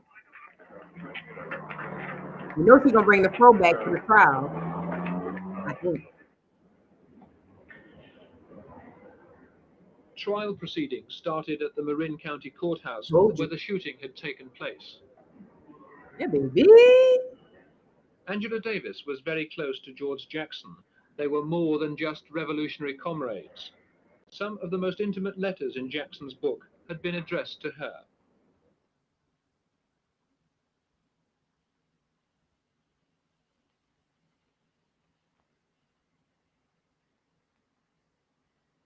Dear Angela, I think about you all the time. I like thinking about you. Yeah, he was in love with her. Parties had stated, This week, the pathologist finally published his report. Jackson, he said, was shot in the back. The bullet traveled upwards. No one does you like you. A true. Sorry, guys. There's so many lessons, but I think it would be important to. Before I let her speak, so what happened is they associated her with George Jackson and, of course, with his brother, Jonathan Jackson, who was ultimately killed. That was his mama who did the interview and basically said that her son, the 17-year-old, was more of a man than anybody else because he knew he could be killed for going in there and doing that. And he still went in there and did it. Now, how she got caught up was she was allegedly messing with the dude, and plus she was very connected to them. Now, she didn't agree with the Black Panther movement altogether because they didn't like the feminist ideology. However, she still stuck around long enough or cool enough to get in enough with them dudes. Now, George Jackson died. Jonathan Jackson died. She goes to trial, beat the case, allegedly. And then she goes run off to Europe for years. But then every now and again, she come back and do interviews in America like it's nothing. Or she come back to America for this. Or she come back to America for that. But the rumors on the street was she fled because the American government, a.k.a. J. Edgar Hoover with the FBI, was upset that she beat the case and wanted her arrested again. So who would risk their freedom coming back here to do lectures, coming back here to do speeches, coming back here to get awards? Who would do that in a normal situation? Emphasize the fact that that George was an intellectual, and that even today we sometimes underestimate the role of the intellectual, or the intellectual is considered to be marginal to the actual struggle. And George demonstrated that in order to begin to develop a sense of the nature of the struggle we're involved in, we have to think, we have to read, we have to reflect, and we have to engage in collective reflections. Now that that I've read so much more than I had read then, I know how important education, political education, has been in inside prisons everywhere, from Antonio Gramsci and his amazing prison notebooks to Nelson Mandela and Lolita Lebron. So I think that that one of his lasting legacies is has to do with the purpose of knowledge, the role of knowledge, and oh, lady, hush. What happened to your fro? Why did it die? Why does your fro need life support? I'm just playing. I'm serious, but I'm just playing. Now, talk about propaganda. Remember, she's on the head. She's on the cover of Life magazine. Do you know how big that was in the 70s for this black woman with this nigger afro to be on the cover of Life magazine? She was on the cover of Life magazine. She's on all the newspapers. They got the wanted posters going viral for the 70s. She's lit. Now, what else does she need for Black America? More Black American support. Just like you see celebrities today that come out for certain political situations, it's the same thing happened back then. Now, you might think that these celebrities genuinely feel this way, but they don't. They're doing what they're told. They're doing their job.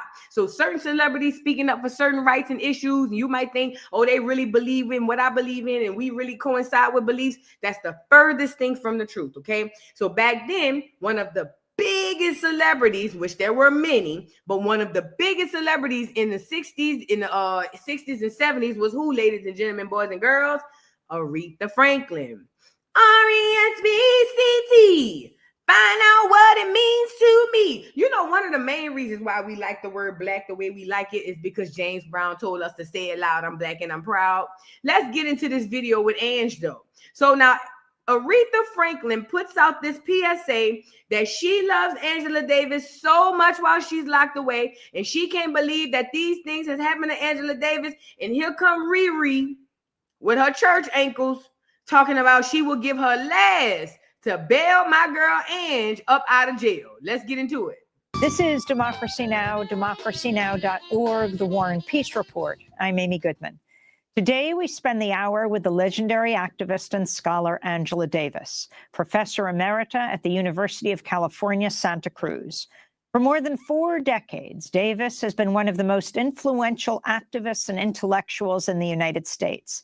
An icon of the Black liberation movement, Angela Davis's work around issues of gender, race, class, and prisons has influenced critical thought and social movements across several generations.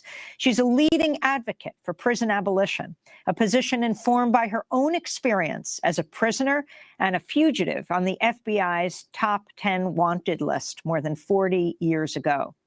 Once caught, she faced the death penalty in California. After being acquitted on all charges, she spent her life fighting to change the criminal justice system. I recently spoke to her in Washington, D.C., just before the midterm elections at Busboys and Poets. I began by asking her about her connection to the late, great soul singer, Aretha Franklin. The last time I got a chance to talk to you, Angela, we tracked you down your last morning. I'm sure you appreciated this, in Martha's Vineyard, right? It was in August. It was the day that Aretha Franklin died. So why were we looking for Angela?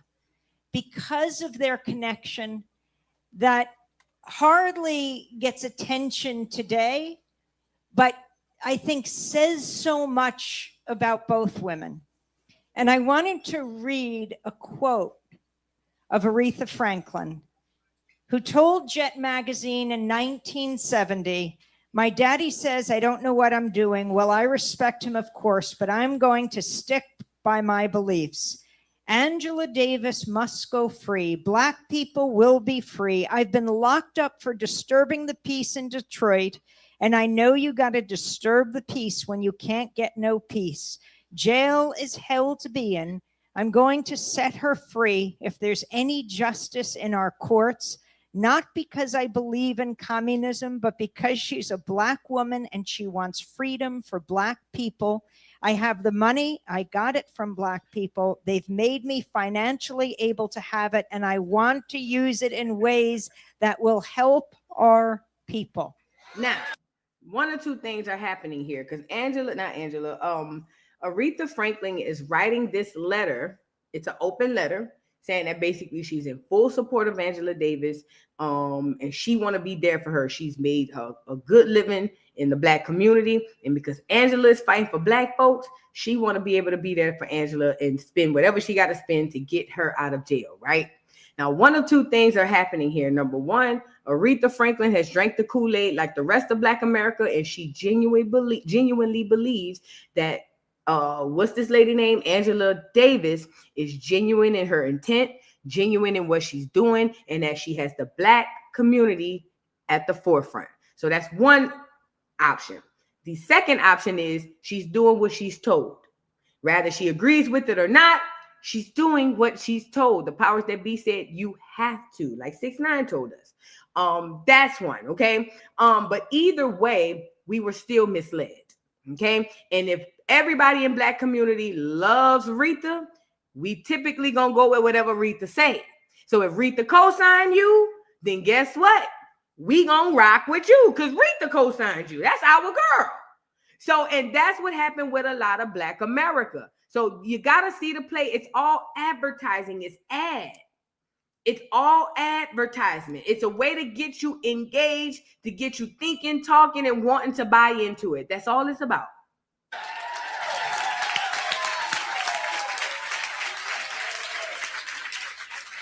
And imagine all this clapping and all this stuff Black folks doing, and she ain't even from Acorn. If it was a snake, it would have bit you. She ain't even a nigga. We about to get into it. What did that mean to you at the time? Aretha Franklin saying, "I want you free." I was in jail at the time, of course. And when I learned about it, it was one of the most moving moments I experienced during that time because, of course, Aretha had already provided the soundtrack of our lives, you know? And And I was just, so moved and so uplifted that that she was willing to pay my bail. But I should tell you, bail hadn't been set at that time. It's an interesting story. I was charged with 3 capital offenses, every single one of which was unbailable. And so at that time, I had some arguments with people who were organizing, who wanted to do a bail movement. And I'm sitting in jail, and I said, but I'm ineligible for bail. What's the point? But they proved me wrong, and people all over the world signed petitions. And then eventually, interestingly enough, the state of California temporarily abolished the death penalty. And my lawyers tried their best to get in touch with Aretha, but she was in the Caribbean at the time. West Indies. And that was a different era. You're used to money, capital flowing with ease over national borders. There was no way that she could get the money to us in time. And so this white farmer by the name of Roger McAfee, who had a farm in Central California, showed up at my lawyer's office and he said, I'm willing to put up my farm. And the thing is, had I not gotten out at that moment, it just so happened to be a white farmer, huh? Some white man was so convicted that this nigger gal was being unfairly treated, unfairly prosecuted. Now, this has never happened in history up until Angela Davis. But according to my girl Ange, some white farmer came in and put his whole farm up for this random black woman who he don't know. Now, mind you, this is the 70s. We just coming out of Jim Crow. We literally, we could look, Jim Crow is still in the rearview mirror. We can still see it. And some white man who owned farm or land came in and was like, don't worry about it, bro. I'm about to risk my whole farm and family legacy to bail out Angela Davis. Yeah. I wouldn't have gotten out on bail because immediately the Supreme Court ruled that all capital offenses that were previously ineligible for bail would remain ineligible. And so there was this tiny window, and Aretha, by publicly announcing that she was going to pay my bail, made everybody listen. And so I like to think that it was Aretha, who bailed me out, and she did. We have a terrible problem. Yes. So Aretha was so loved by the white folk, or at least some white folk, that one of them saw Aretha ready to risk her millions to use $5,000 to get Angela out of jail, because it wouldn't have cost that money, especially back then. It would cost about 5 racks. She'd be out, by 5. 5 racks, she'd be out by 5. 5 and she out by 5. You know what I'm saying? And $5,000 was a lot of money still, but it wasn't, mind you, Aretha Franklin is getting to the bag. She getting paid in cash. You can't write her no check, cash. She got the coins in the pocketbook. So some rich celebrity inspired some hardworking, clear man who owned a farm to just go ahead on and put up his farm to get Angie up out of jail. Allegedly. Let's go over here right quick. Get the likes up on the video, babe. Now here, you're going to watch footage. Now, to give you kind of context, I just want to show you guys how turned Black America was behind Angela Davis. Because remember, we thinking this our sister. You know what I'm saying? She a freedom fighter. She fighting with the Soledad brothers. She rocked with the Black Panthers. She with us. So if she with us, then we gotta rock with her. And you know how we is. We loyal as F. As you can see, we in front of the courthouse. signs, ready to go to war, everything. Okay, so watch how the environment was for Black America during the time. Supporters of the Black liberation movements are stepping up the pressure in the campaign to free Angela Davis, the Black philosophy lecturer and communist who's now facing a charge of murder in California. This probably staged.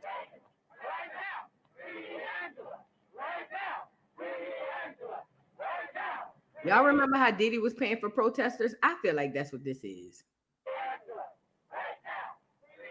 The American left is incensed over the case, but interest in it has not been confined to the United States. Messages of support have come in from all over the world, and Free Angela Davis committees have been set up in several countries. From Russia, a group of scientists has written to President Nixon asking him to ensure that the case is judged with full impartiality and humanity.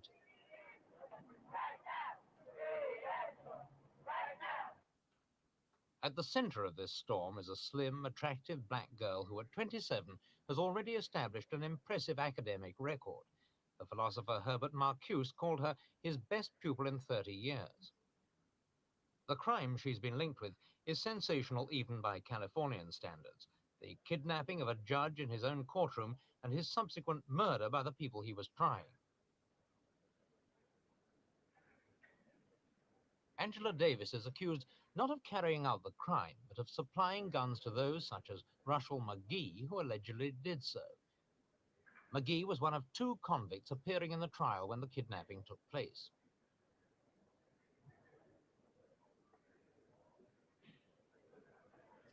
I want to say, Ms. Davis so has said in press interviews, for context, when the little dudes ran in the courthouse and held everybody hostage, remember there's inmates in there because everybody in court. Jonathan Jackson, which is George Jackson's 17-year-old brother, he let the inmates go and told any of them if they wanted to fight, or basically offered them to fight with him. That brother you just saw right there, he stayed instead of leaving.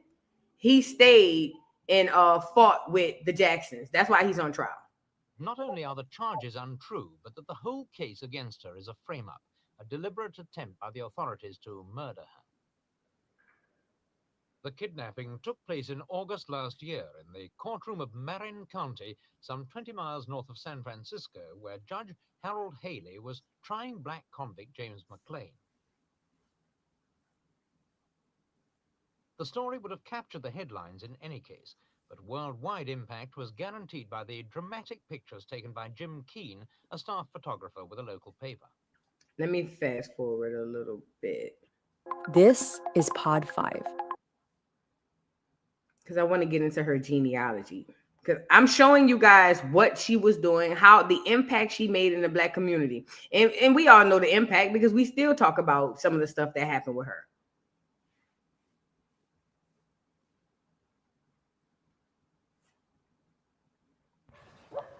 What did you find, Mr. Keane, when you arrived inside the court?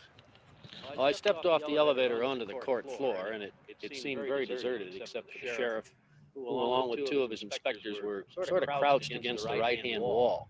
And I realized that there must be something going on just by looking at their situation and the way their attitude was. Shortly, moments after that, Judge Haley was led from around a corner by a man armed with a pistol in one hand, and he had a sawed-off shotgun strapped around the judge's neck. And I went around a planter box, which would give me a view in the opposite direction, but just as I stepped behind it, I encountered another armed man who had a handgun in each hand, and he pointed the handguns at me and said, "Bring your stuff over here." Just about that time, I noticed that there were a lot of people in the corridor that I couldn't see from the elevator area. I saw one man with a gun in one hand and what looked to be like a bomb in his other hand, and he had this bomb arm wrapped around the neck of a woman. She subsequently turned out to be a juror. I had no idea at this time who these people were. There were two other women and the assistant district attorney, whom I happened to know, standing in this line, obviously being held hostage. Just about this time, Convict Christmas was the man holding the juror, turned and said to me, "Take all the pictures you want. We are the revolutionaries." I proceeded to take pictures of the hostages, of Jonathan Jackson, who was armed with a machine gun-like apparatus. And so like I said, see, I told y'all, he said, hey, bruh, since I'm already in here and y'all already robbing these niggas, can I take some pictures? And they said, yeah, bro, you could take some pictures. See, I wasn't lying, according to the clear man. That's what the clear man said, that he asked, could he take pictures? And it was like, yeah, cool. Disarming deputy standing in the corridor. Rachel McGee, the man with the 2 handguns, was standing in front of me, and every time I made a move, I made sure that he knew I was moving. So he didn't think that something was going on behind him and turn around and start to shoot. Well, hostages and the judge were just about to get on the elevator, and McLean turned to me and said, you tell everybody that we want the Soledad brothers released by 12 o'clock. Well, I didn't know exactly how they were going to get out of the building, so I went from one side of the building to the other. Finally, after a couple of trips, they did come out from under one of the arches into the west parking lot. The building is such that it has a veranda down each side of it. And I was able to run along that veranda with a long lens, take pictures as they went through the parking lot and made their way to the truck. They all got into the truck after a little bit of confusion about who was going to drive. And they started out through the other arch in the building to the east side of the building. And when they were in the truck and moving, I bolted down the stairs. And as I went down the stairs, I heard the gunfire open up.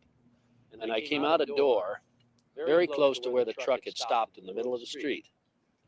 And a Santa Fe policeman and a deputy sheriff and myself were the first ones to the back of the truck. And even then, and as quickly as it was happening, you could see that the back window was blown out. There were many bullet holes in the truck that were visible from the outside. The doors opened and the hostages bolted out. And we looked in and we could see the dead convicts and the dead judge. In all, 4 people died, 3 convicts and the judge. 2 hostages were badly wounded. So 3 convicts and the judge died. So these are the things that she's being held accountable for, because they basically saying that she's guilty by association. Now, we know George Jackson lost his life. Jonathan Jackson lost his life. The only person made it out unscathed was Angela Davis. I find that to be very funny. I'm leaning more on the side that Angela was probably a fraud. But what made me know that there's something, that everything that I had suspicion about her is true, was when I ran across this ancestry DNA that she did. She did her genealogy over here with Henry Louis Gates. Now, Henry Louis Gates, he's the guy who runs, hold on, let me show you. Henry Louis Gates, this weird dude right here, he but he at least is the representation for Ancestry, for the, AfricanAncestry.com, I believe it was. And it's already been proven that he's admitted that it's a lie. The director, you saw it in the intro, admitted that it's a lie. The guy who came up with it. It's impossible for them to tell you your DNA or who you are through DNA. They already said it. It's a 0.1% possibility that they're accurate. Okay, if anybody who don't know this, then you need to go do your Googles. Okay. Now, as far as Henry Louis Gates, on top of doing the DNA testing, he also does genealogy. But how they're selling you your genealogy is they're using who? Celebrities. So you've seen him do these things before. I want to say he did Viola Davis. He did Eddie Griffin. Like, he do a lot of black people. And you notice every time he do their genealogy, you don't hardly ever hear him much go toward the American Indian paradigm. It's almost like we could be any and everything but that. And that should be a red flag. Now, he does this genealogy for Angela Davis. And here, first of all, she found out, and I don't know if I should play that first, but he did find out that she had a black grandfather who fought in the Revolutionary War. She also had a black grandfather who sued his slave master and won. But she also had a grandfather who came from the Mayflower. Now, if we were to look at Angela Davis and listen to the way that she sounds, She gives me more biracial than black any day. And it's not about her skin tone, because we got light-skinned people in our community. But there's something about Angela Davis that's a bit different. I don't know if it's her accent. I don't know if it's the afro. I don't know what it is. But it does not surprise me that she has white folks in her DNA. What surprises me, but really don't, is the fact that they colonizing clears. She is directly related to the people who came to America and put your ancestors in chains.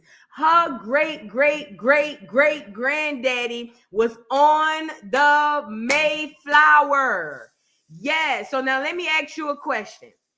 If her great grandfather was on the Mayflower and he enslaved hundreds of millions, if not millions of doggone black Americans in America, does that get forgiven because she was a freedom fighter with the Soledad brothers? Are we to put that to the side because allegedly she's a freedom fighter? I don't think that's a good trade. Okay, but it makes more sense to me that she have those white colonizer traits, because I understand that none of these people are random. They're all selected and bred and chosen. So that's one thing. But then also I understand how these people work. It's not about who they are. It's about who they want us to think they are. Let's get into her finding out who her granddaddy is on the white side, on the white hand side. Oh, sorry. No, I can't believe this. No. Any idea what you're looking at? That is a list of the passengers on the Mayflower. No, I can't believe this. No. My ancestors did not come here on the Mayflower. Your ancestors came on the Mayflower. No. You are descended No. from one of the 101 people who sailed on the Mayflower. Oof. That's a little bit too. 101 people sailed on the Mayflower, and one of her granddaddies was on there. Now, let's be clear. Everybody that came from Europe was not white. There were black Europeans, as we call them, thanks to Dr. Umar, Negropeans. Now, he called us black Americans in America Negropeans if we didn't want to follow the Pan-African paradigm. But what I'm starting to realize is the Negropean is a real thing. There are black people who are indigenous to the landmass of Europe. So everybody who came here wasn't white. Everybody who came here wasn't white. Actually, a lot of them were swarthy colored or black. Okay, so again, it doesn't necessarily mean because her granddaddy was on the Mayflower that he's absolutely white. It's just that the chances are higher. However, regardless of his skin color, if he came off the boat, he didn't come for our good. If her great granddaddy was on that boat, she part of the reason we here now. If her line lead to the boat, she part of the reason we where we at right now. Let's get back into it. Too much to deal with right now. Did you ever in your wildest dreams think that you may have descended from people who laid Never. the foundation Never. for this country? Never. All right. So you heard that. Somebody said he might have worked on the Mayflower. Even if he worked on the Mayflower, he still wasn't coming to America for the betterment of Black America. When America go to war or when countries go to war, you think they care if they blow up the base and the cooks get blowed up too? I mean, the cooks ain't had nothing to do with it. They just in there cooking. Nah. So even if he was working on the Mayflower, he was on the wrong boat. He shouldn't even been on no boat. Okay. So I don't care what he was doing on the Mayflower. He could have been swabbing the deck. He could have been on that bitch navigating, because you know the Moors, the swarthy colored people, were the ones who were navigating the clears. Remember, they're not that old. They don't know nothing about this world. It was the other Black people amongst the world, the other melanated people telling these people where to go. They didn't know nothing about Black America. They didn't know nothing about America, period. They didn't even know it existed. White people. until they ran across them black Moors, them black Europeans, them Negropeans, and some Americans and even some Africans who would be like, oh yeah, we go over there all the time. It's lit.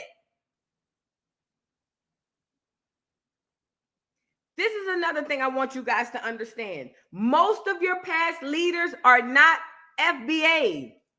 At best, some of them are biracial. But for the most part, most of your leaders ain't FBA. Most of the leaders you've known to love are not FBA. When you're ready to rip that Band-Aid off, a big awakening is going to happen for you.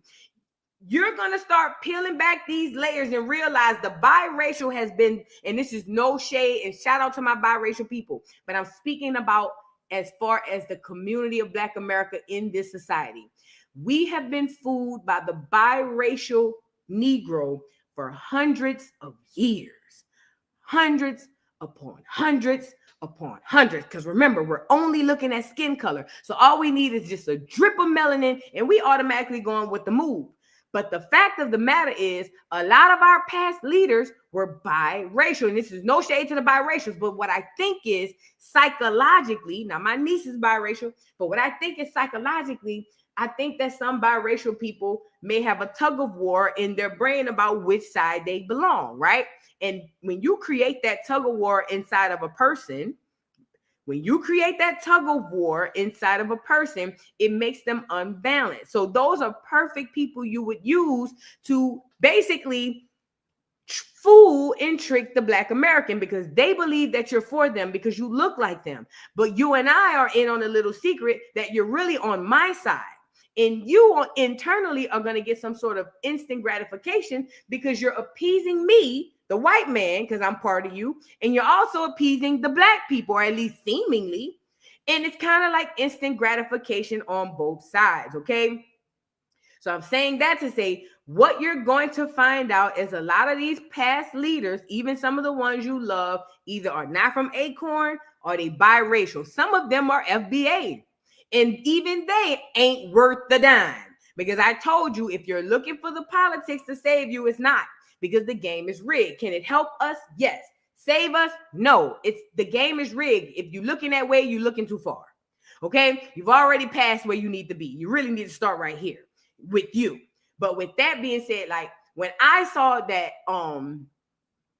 knowing that they have that many biracial people in our history that we didn't know about that had secret alliances to the powers that be. And then I'm finding out that she genealogically really stemmed from white boys off the Mayflower. It makes sense because remember, she's a descendant. You got to keep in mind, everything is blood tied. It's not just the presidential seat. All this stuff is blood tied, okay? And even if it's for the left or the right, the up or the down, it don't matter. The system understands that there is no win on this situation. So they don't mind waiting 4, 5, 6 generations, making a little half breed or making a little black baby, even though they descend off the loins of one of the quote unquote founding fathers and make her a black political activist, just kind of a nanny boo-boo into the black people's face. It makes all the sense in the world. Because nobody's going to uncover it. Everybody's too busy being emotional and already distracted and things of that nature. So finding out that she has a descendant from the Mayflower, first of all, I don't trust anything Henry Louis Gates says. I don't trust anything Henry Louis Gates says. I don't trust anything that he says. However, if what he says is true, that she does have black ancestry, which is obvious, and then she also has that white ancestry, I need you to understand, it's not about her having white ancestry. That's not the problem. It's who is her in her line of ancestry. I told y'all, you are who your ancestors were. If your ancestor was a bitch ass nigga, more times than not, you a bitch ass nigga. If your ancestor was a slut, you're probably, I'm just saying. I know it's funny, but I'm dead ass serious. If your great granny like to spread it low and thin and all that, now you understand why you like to spread it low and thin. You see what you have remnants of your ancestors in you. You are parts of your ancestors. If who you are today